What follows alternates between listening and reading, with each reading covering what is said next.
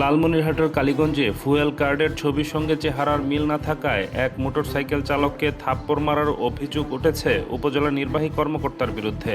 এ সংক্রান্ত একটি ভিডিও সামাজিক যোগাযোগ মাধ্যমে ছড়িয়ে পড়লে জেলা জুড়ে নিন্দার ঝড় ওঠে।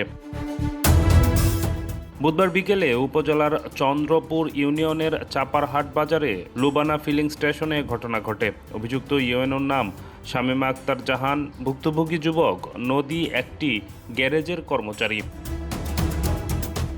স্থানীয়রা জানান, চাপারহাট কলেজের সহকারী অধ্যাপক গোলকচন্দ্র অসুস্থ থাকায় তার মোটরসাইকেলে তেল নিতে হিমশিম খাচ্ছিলেন। পরে তিনি গ্যারেজ মালিক প্রদীপের সহায়তা চাইলে প্রদীপ তার কর্মচারী নদীকে ফুয়েল কার্ড সহ তেল নেওয়ার জন্য পাম্পে পাঠান। নদী যখন লাইনে দাঁড়িয়েছিলেন তখন সেখানে তদারকিতে থাকা কালীগঞ্জের ইউএনও শামীমা আক্তার তার হাতের কার্ডটি পরীক্ষা করেন।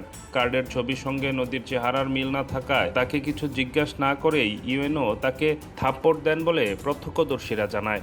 এ ঘটনায় উপস্থিত জনতা ও ব্যবসায়ীদের তুপের মুখে পড়েন ইউএনও। পরবর্তীতে অসুস্থ কলেজ শিক্ষকের মোটরসাইকেল ও ফুয়েল কার্ডের সত্যতা প্রমাণিত হলে প্রায় ঘণ্টাখানেক পর ওই যুবককে ছেড়ে দেওয়া হয়।